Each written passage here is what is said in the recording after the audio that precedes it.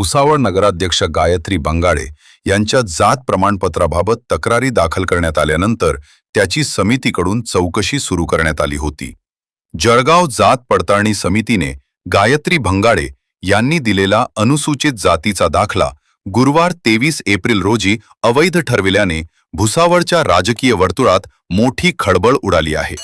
या निर्णयाविरोधात त्यांना न्यायालयात याचिका दाखल करता येणार असून हा निर्णय शहरातील सत्ताधाऱ्यांना मोठा धक्का मानला जात आहे।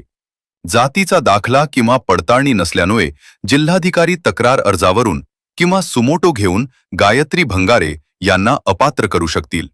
या निर्णयावर बंगाळे अपिलात जाण्याची शक्यता आहे।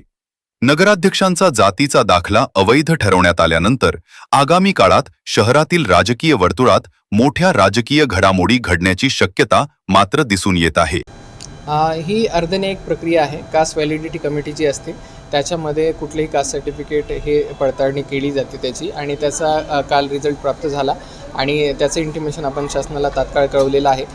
ते जसं हे सर्टिफिकेट कुठल्याही सदस्याचं किंवा नगराध्यक्षांचं हे सर्टिफिकेट रद्द करण्यात येतं, कुठलेही कास्ट सर्टिफिकेट ज्याचा वापर करून ते निवडून आलेले असतात, ते जर रद्द करण्यात आलं तर तात्काळ प्रभावाने त्यांचं सदस्यत्व रद्द करण्यात येतं आणि तसं इंटिमेशन आपण शासनाला कळवलेलं आहे। त्यांची कागदपत्र अवैध ठरलेले आहेत कसं गायत्री बंगाळे?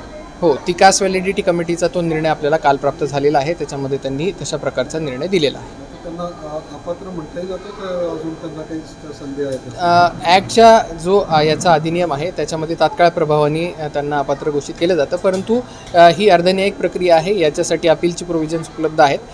ते त्या अपीलचं प्रोव्हिजन्स त्याचा ते वापर करू शकतात। ते आता या निकालाच्या विरोधात न्यायालयात जाऊ शकतात? हो, येस, ठीक आहे।